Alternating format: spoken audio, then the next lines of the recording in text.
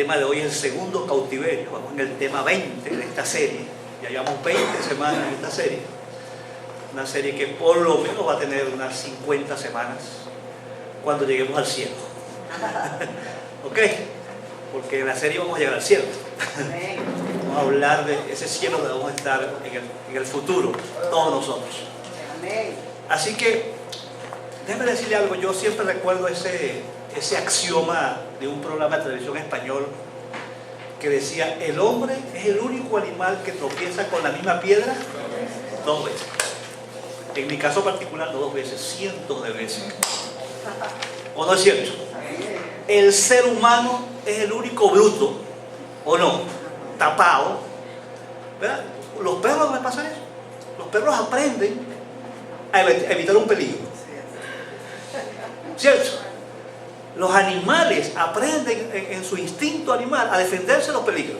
Nosotros no, nosotros vemos que algo nos hace daño y por ahí seguimos tercamente. Nuestra condición pecaminosa es terrible, ¿cierto?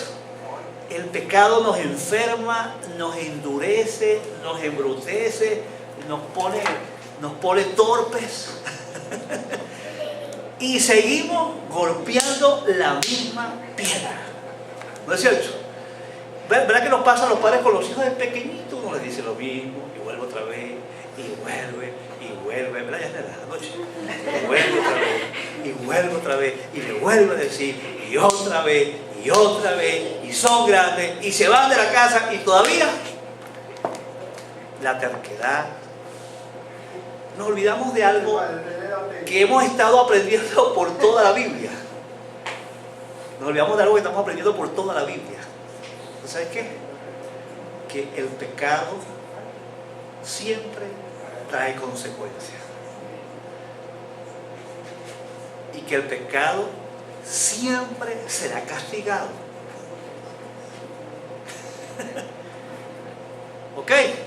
Siempre el pecado será castigado. Nadie cree. Y nosotros no lo creemos. Si nos creyéramos, no pecábamos tanto. ¿O no es cierto? Si no lo creyéramos, fuéramos más obedientes.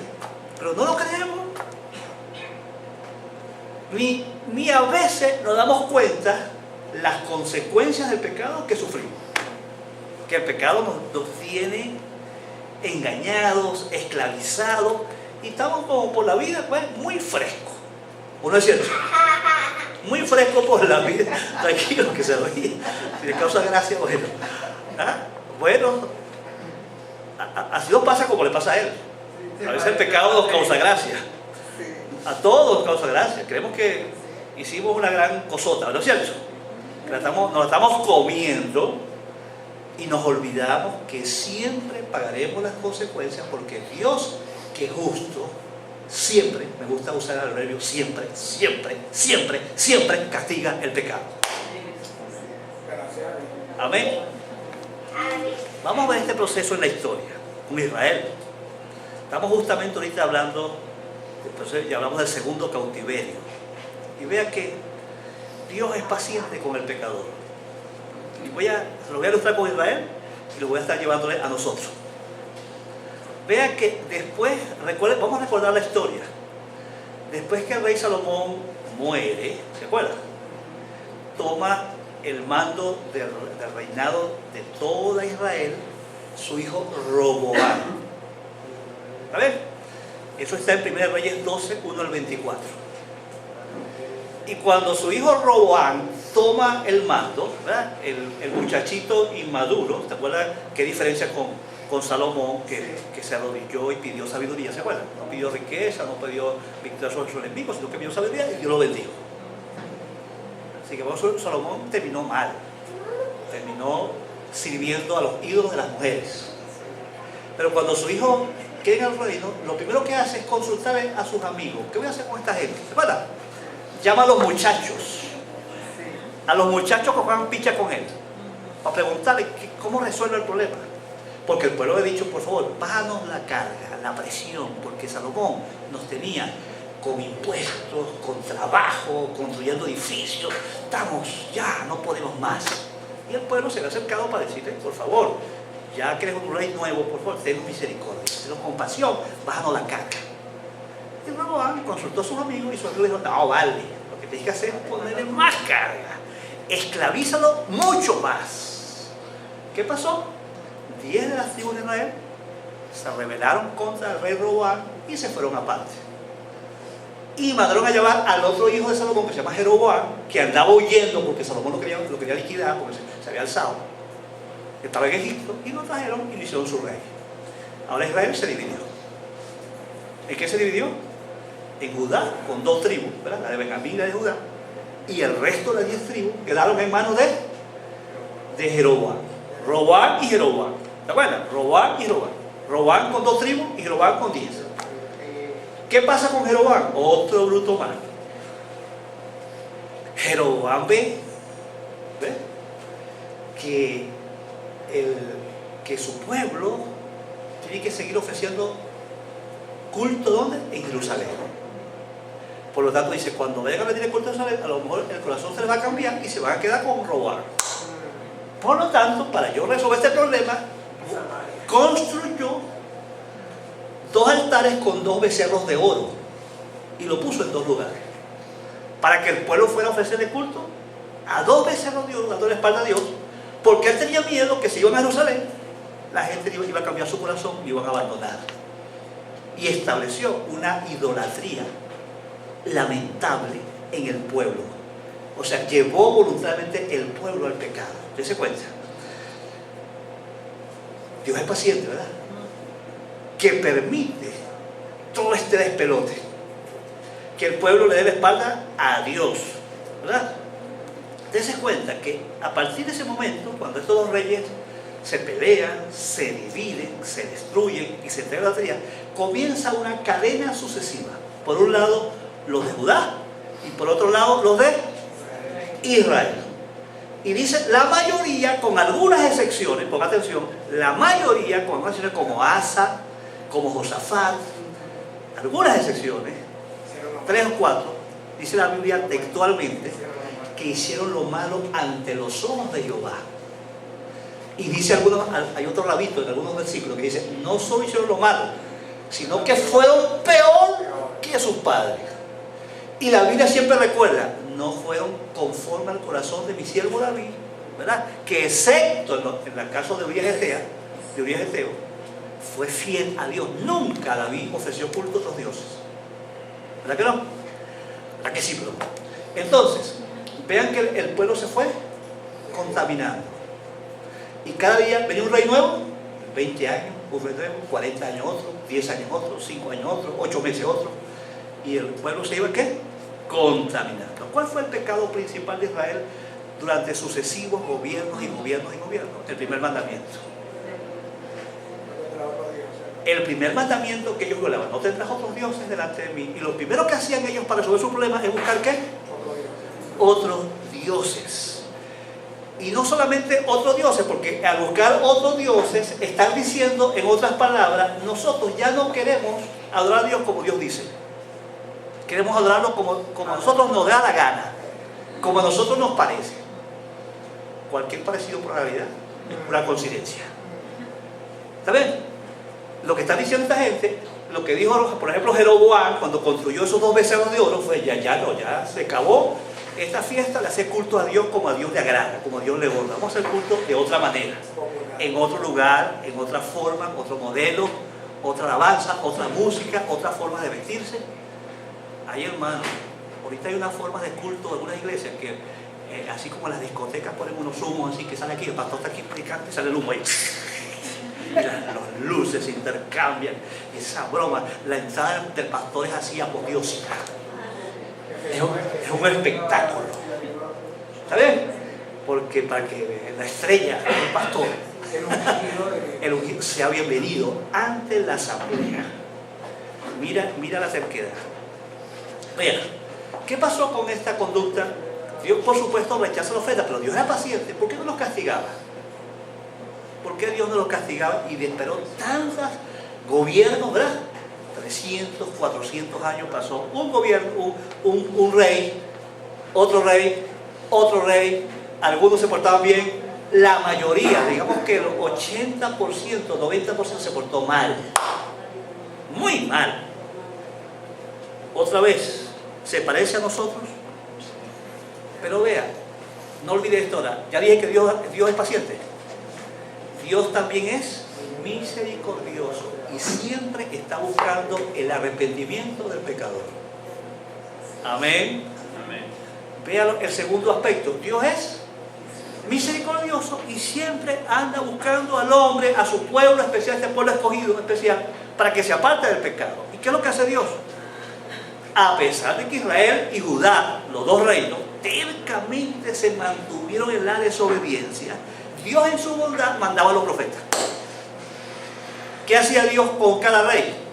Le mandaba profetas, hombres de Dios, ¿verdad? Abías, Isaías, Jeremías, ¿verdad?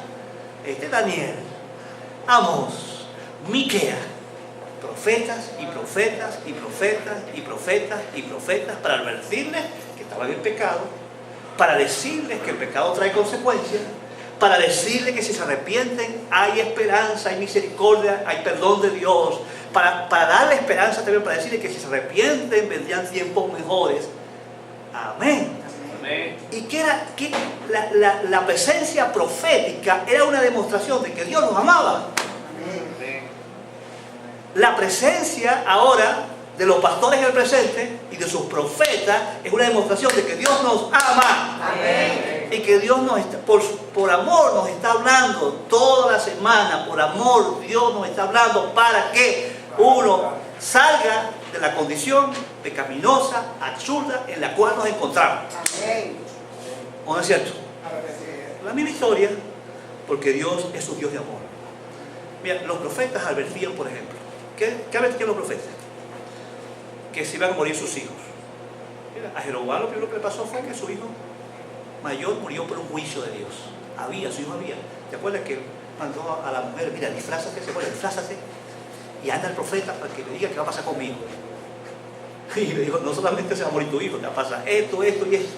Hambre, persecuciones, invasiones, todo tipo de tragedia. Los profetas decían, si no se arrepienten, lo que viene es esto. Y no hay una excepción es como Ezequiel. Algunos escucharon a los profetas. Con algunas excepciones, ni el rey ni el pueblo escuchaban a los profetas. Eran tercos. Sin embargo, Dios por amor insistía a enviar profetas y profetas. ¿Cuál fue el resultado final de todo esto? Que los israelitas rechazaron a Dios. Se burlaron de los profetas. Mataron a los profetas. Persiguieron a los profetas. ¿Sí o no? Y por supuesto, ¿qué pasó? Recibieron las consecuencias. Como dije antes, el pecado siempre paga consecuencias. Nunca, oiga bien, nunca en Israel faltó un remanente. Siempre hubo una pequeña porción del pueblo de fieles. ¿Te acuerdas cuando Dios sorprendió a Elías? Y Elías salió despavorido, asustado, para esconderse en una cueva. Y le dijo, tengo guardaditos ahí, lo que tú no sabes, 7.000 personas que no han doblado nunca su rodilla a los ídolos paganos. ¿De acuerdo? A pesar de eso, siempre hubo un remanente, primero fiel, obediente, que se arrepentía de sus pecados, que ofrecía el sacrificio como Dios estableció para ponerse a derecho con Dios todo el tiempo. Iba al templo, ofrecía el sacrificio, pero que tenía la esperanza en la promesa de que vendría un Mesías, un Salvador, a salvar el mundo. Amén. Ese remanente fiel Dios le protegió. A ese remanente Dios le cuidó. Y de ese remanente fiel salió alguien como Daniel. Amén. Que Dios exaltó y lo puso con 3 emperadores como primer ministro. De ese remanente fiel exaltó. O de Esther. Ese remanente fiel que estaba ahí, de todos los demás estaban en pecado. Ahí había Mardoqueo, Esther, una familia fiel. Siempre ha habido, en medio de un contexto de pecado, gente fiel. Y para ellos, Dios ha mostrado su gracia y su misericordia. Amén.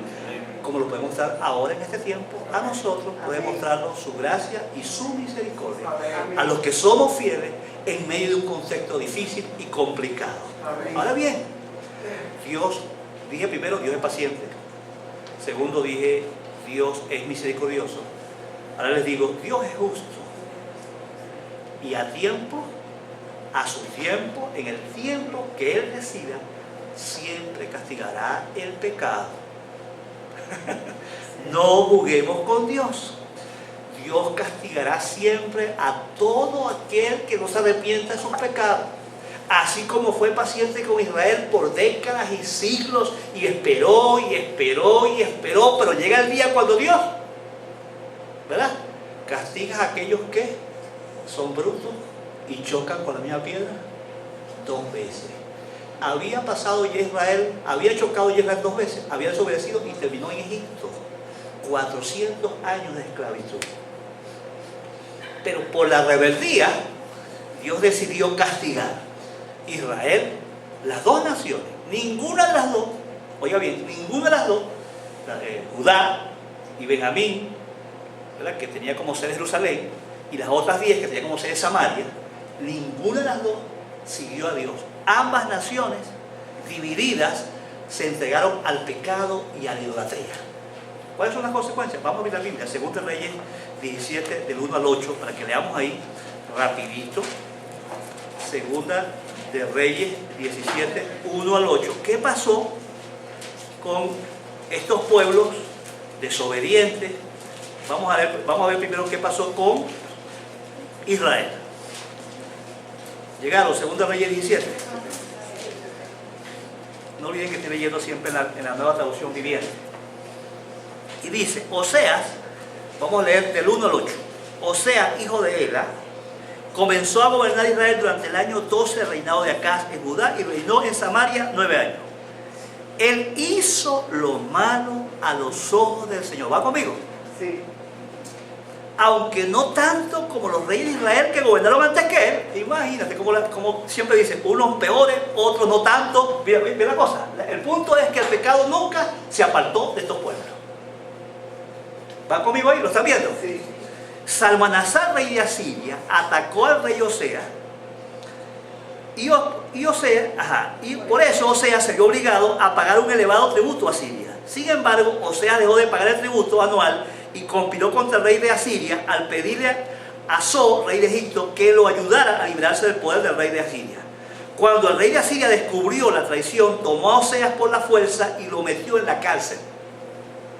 Entonces el rey de Asiria invadió todo el territorio, sitió la ciudad de Samaria durante 3 años. Finalmente, en el año 9 del reinado de Oseas, Samaria cayó y los israelitas fueron desterrados a Siria, donde los establecieron en colonias en la región de Alat, en Gozán, junto a la ribera del río Abor, en las ciudades de los Medos. Semejante desgracia, ponga atención, porque los venezolanos creemos que no sabemos unas cosas. ¿Cuántas fiestas patronales en Venezuela? Hay más de 300 fiestas patronales en Venezuela. O sea, cada fiesta patronal es un altar, un lugar alto de oración a Satanás. ¿Sí o no? ¿Usted piensa que a este país no le va a pasar lo mismo? Ay, no, porque que pase, que maten a Maduro. No, Maduro no le va a pasar nada hasta que Dios no diga. Amén. Y pues, como dijo alguien ayer aquí en el taller, que disfrutamos ayer, dijo alguien, Maduro es un instrumento en las manos de Dios. Así es. Ay, papaito. Ok, vean. Semejante desgracia, me encanta como dice esta versión, ocurrió a los israelitas porque rindieron culto a otros dioses. ¿Van conmigo? Pecaron contra el Señor su Dios, quien los había sacado del poder del faraón, rey de Egipto. Habían seguido las prácticas de las naciones paganas que el Señor había expulsado de la tierra de su paso, así como las prácticas que los reyes de Israel habían introducido. Vea, y no seguimos leyendo por causa de tiempo. Voy a seguir leyendo el capítulo para que vea la desgracia. Otra vez, cualquier parecido por la realidad con nuestra vida, ¿verdad? ¿Cierto? ¿Por qué ocurre la desgracia? ¿Es que acaso, ya dije, Dios es un Dios paciente? y nos ha estado esperando. Dios nos ha buscado y nos ha hablado con sus profetas para que enmendemos el camino. Pero Dios también es un Dios justo. Cuando Él decide castigar, nos va a castigar. Amén. Amén. Mira lo que estoy diciendo de manera personal. Míralo de manera familiar. Míralo de manera de iglesia. Míralo como país. Esto se aplica a lo personal, a lo familiar, a lo eclesiástico y a lo nacional. ¿Sí o no? Ese Dios no cambia. Decimos que Dios es inmutable. Él no cambia su forma de ser. Cuando Dios quiere es paciente. Cuando Dios quiere nos muestra su misericordia. Y cuando Dios quiere nos castiga. ¿Por qué? Por nuestros pecados. Como castigó a Israel en esta situación. Ahora vean, vamos a 2 de Reyes 25. Aquí ya leímos qué le pasó a Israel. Ahora qué le pasó a Judá. 2 de Reyes 25. Va conmigo ahí hasta el final. Y dice en los versículos 1 al 12. El 15 de enero, durante el 9º año del reinado de Sedequías, Nabucodonosor, rey de Babilonia, dirigió a todo su ejército contra Jerusalén. Rodearon la ciudad y construyeron rampas de asalto contra las murallas. Jerusalén estuvo sitiada hasta el año 11 del reinado de Sedequías. Hacia el 18 de julio del año 11 del reinado de Sedequías, el hambre en la ciudad, el hambre en Venezuela, en la ciudad de Jerusalén, era muy intensa y se había agotado por completo lo último que quedaba de alimento.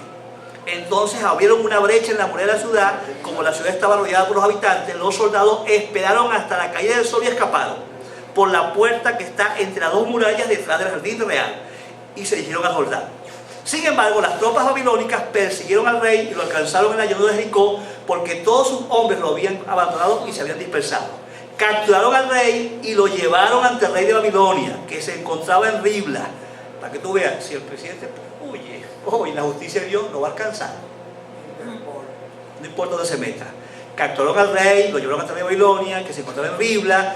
Versículo 7, hicieron que Sedequías observara mientras masacraban a sus hijos. Luego le sacaron los ojos y lo ataron en cadenas de bronce y lo llevaron a Babilonia. Y seguimos leyendo que Dios destruyó toda la ciudad y se llevó a todo el pueblo cautivo. Vean, el hombre, el único animal que choca con la misma piedra 2 veces.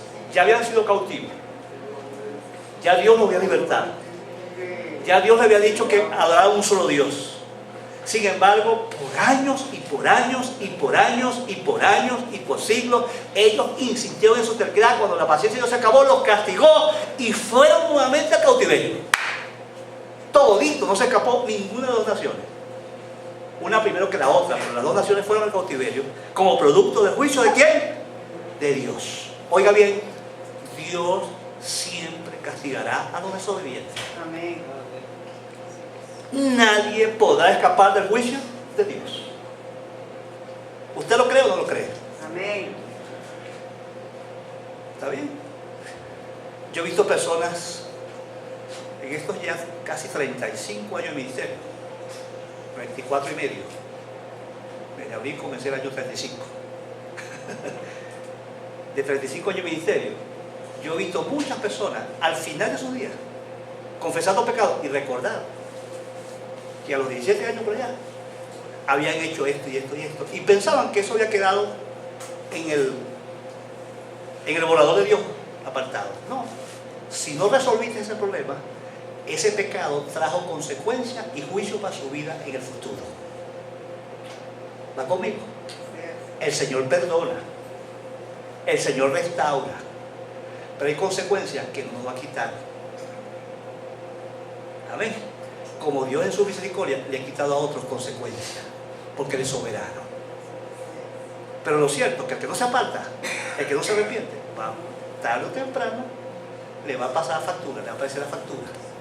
¿Está bien? Como esa persona, un hermano mío que llegó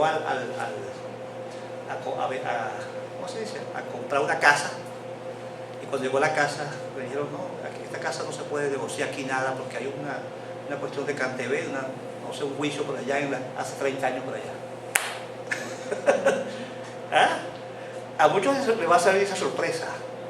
¿Creen que no resuelven sus problemas y creen que Dios lo va a pasar liso. Dios siempre castiga. Dios siempre castiga. Dios siempre castiga. Dios siempre castiga el pecado. Y Dios en su fidelidad, vean, pongan atención, y aquí vamos cerrando ya. El pueblo cautivo, después de un tiempo, ¿qué hizo?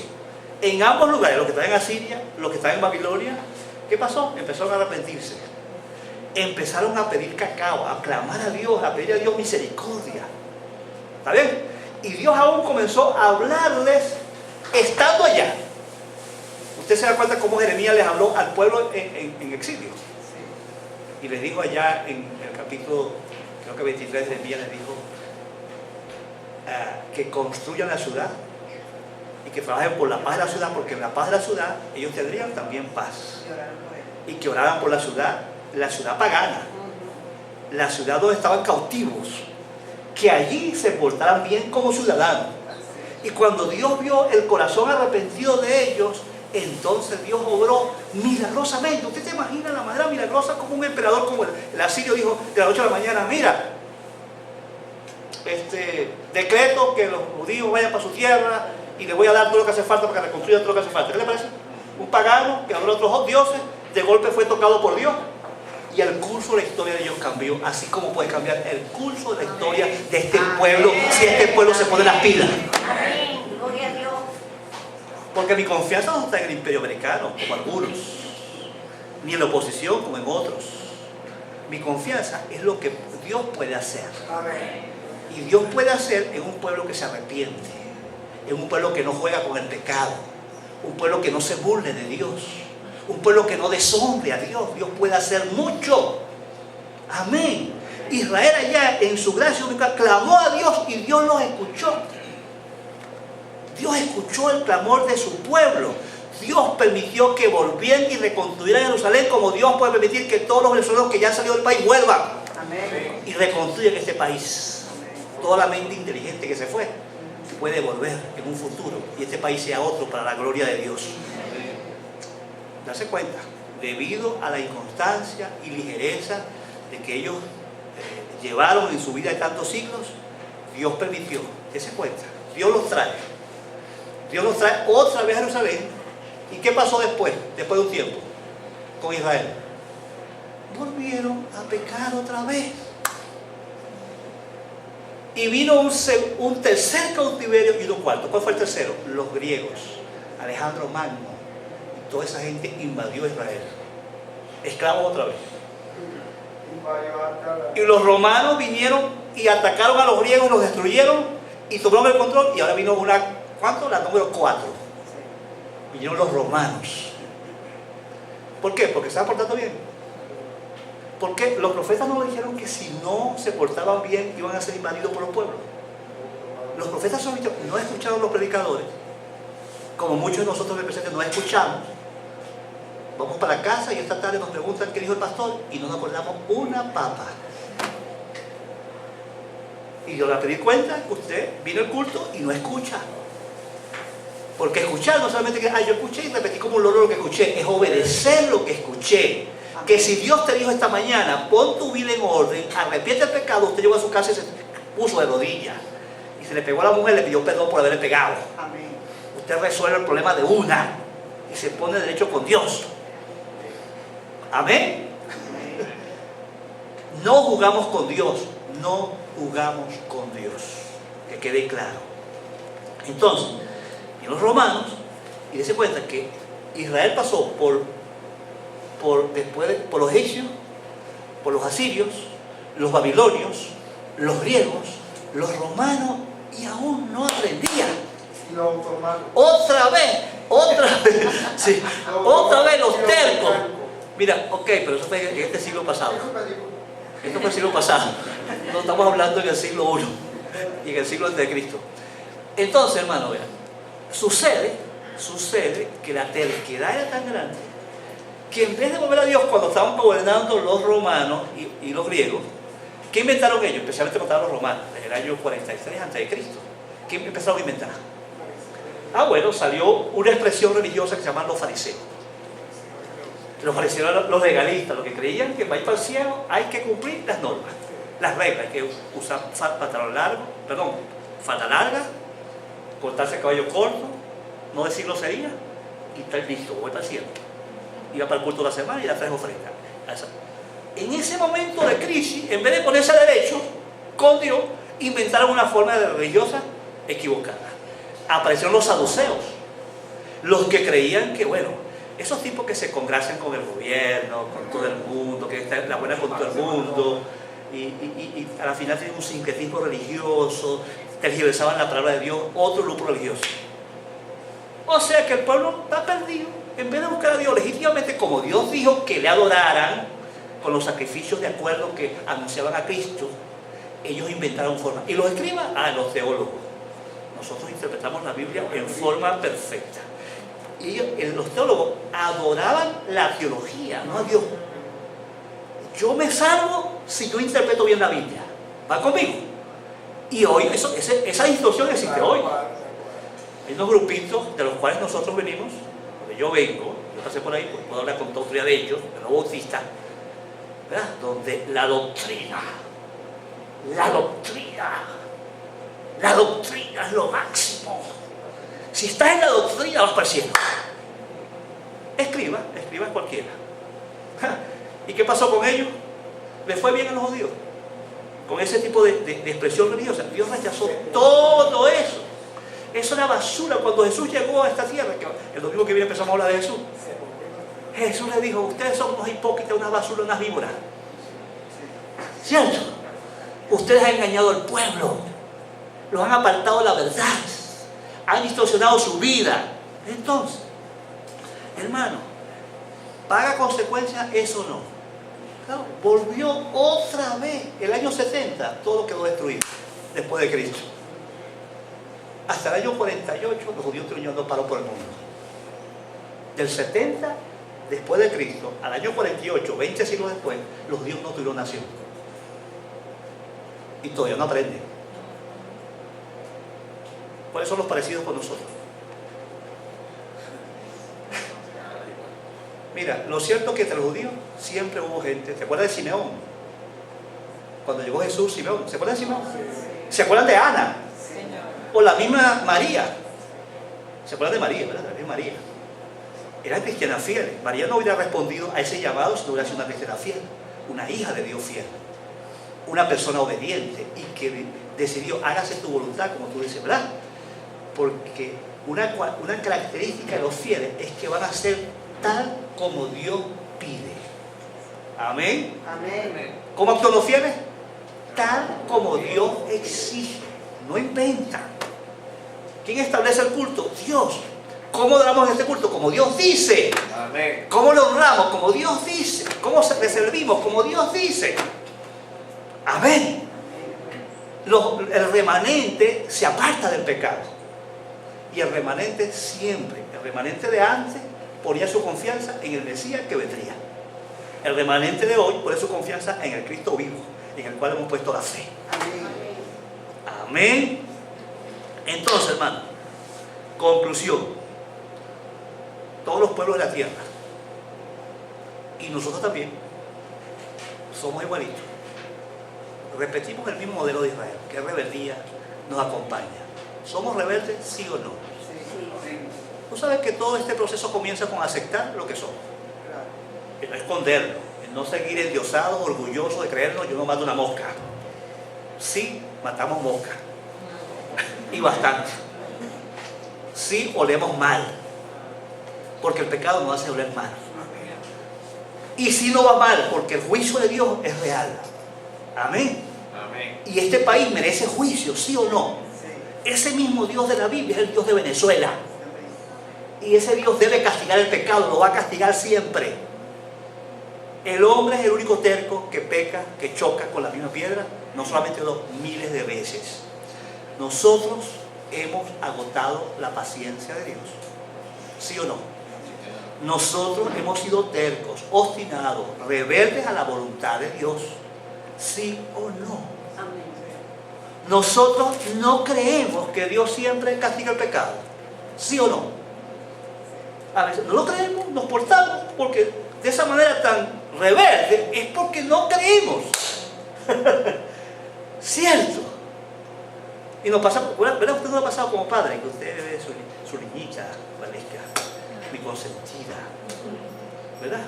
Cuando estaba pequeñita, digo, no, hija, no pases por aquí, te vas a caer, te vas a cortar, te vas a romper. Y después, yo no te dije, hija, ve cómo estás rota la rodilla. Yo era uno que hacía un escándalo cuando la había cortado. Porque de verdad me pegaba que veía a mi hija cortada. ¿Tú te acuerdas de eso, verdad? Que yo hacía un bochinche. No puede ser, ¿qué te pasó? Cuando yo había cortado, pues yo no te dije que no te metieras para acá, que había vidrio. ¿Cierto? Así somos nosotros. Y el Padre se resiente con nosotros, ¿verdad? Que nos duele. Porque el Padre nos ama, nosotros somos parte de Dios. Nosotros participamos en su gracia de vida y nosotros le dolemos a Dios. Dios desea que yo me aparte del pecado, que lo ame, que lo sigue. Y Dios está esperando que no sigamos estando sordos. Amén. Sino que escuchamos el llamado al arrepentimiento. Usted escucha en alguna parte algunos de esos movimientos evangélicos que están invitando por todos lados a una reunión de arrepentimiento. ¿Ah? Por eso, como dije ayer, hace falta que aún en los cultos tengamos tiempo para arrepentirnos, unos minutos para presentarnos ante Dios. Señor, confieso mis pecados, te he ofendido esta semana, he hecho lo malo, he sido oído sordo, he sido indiferente, he sido frío, perdóname, Señor. Pero honestamente le pidamos perdón a Dios.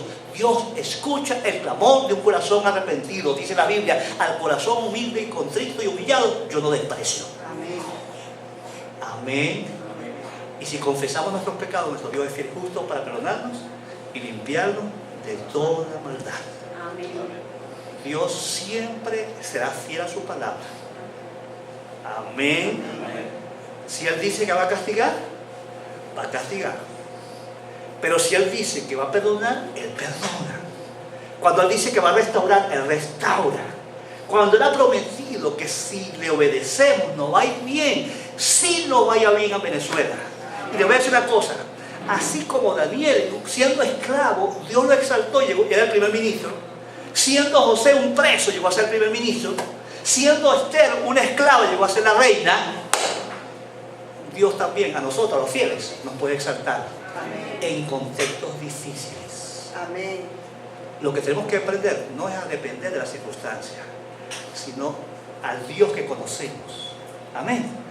Al Dios que es paciente, al Dios que es misericordioso, al Dios que es justo, castiga el pecado, pero al Dios que, porque es fiel y cumple su palabra, cuando nos arrepentimos nos perdona, nos restaura y nos promete su bendición y nos las da de verdad. Amén. ¿Cuántos dicen amén? Amén. ¿Ayuda esta palabra? Amén. Dios siempre castiga el pecado. Oremos. Padre, que esta palabra no haya quedado en el vacío. Que toda persona en este lugar que en esta mañana ha escuchado esta palabra responda, Señor, con humildad a lo que tú has querido hablar. No es simplemente un recuento histórico, es una palabra que tú usas, así como dijiste allá en Corintios. Estas cosas fueron escritas para que nosotros no hagamos lo mismo que hizo Israel, que fue rebelde, fue tosudo, fue terco, que no escuchó y pagó las consecuencias de su pecado. Ayuda a tu pueblo, a esta iglesia, Ríos de Agua Viva, a salirse del pecado en todas sus manifestaciones y a vivir una clase de vida que te glorifique. No es mi iglesia, es la tuya, Señor. Tú prometiste edificarla, edifícala, Padre, para el gloria de tu nombre. Y ahora, Señor, bendice a estas personas. Muéstrale tu gloria, muéstrale tu bendición. Cuando el arrepentimiento venga, que tú das trabajo, que tú das provisión, que tú provees, que tú sostienes y que tu palabra se cumple cuando tú dices que a lo justo no le faltará ningún bien. Pero los impíos, aún lo que tiene se les será quitado. Gracias, Señor, por la verdad de tu palabra. Permítenos creerla para la gloria de tu nombre. En el nombre de Jesús. Amén. Dios le bendiga.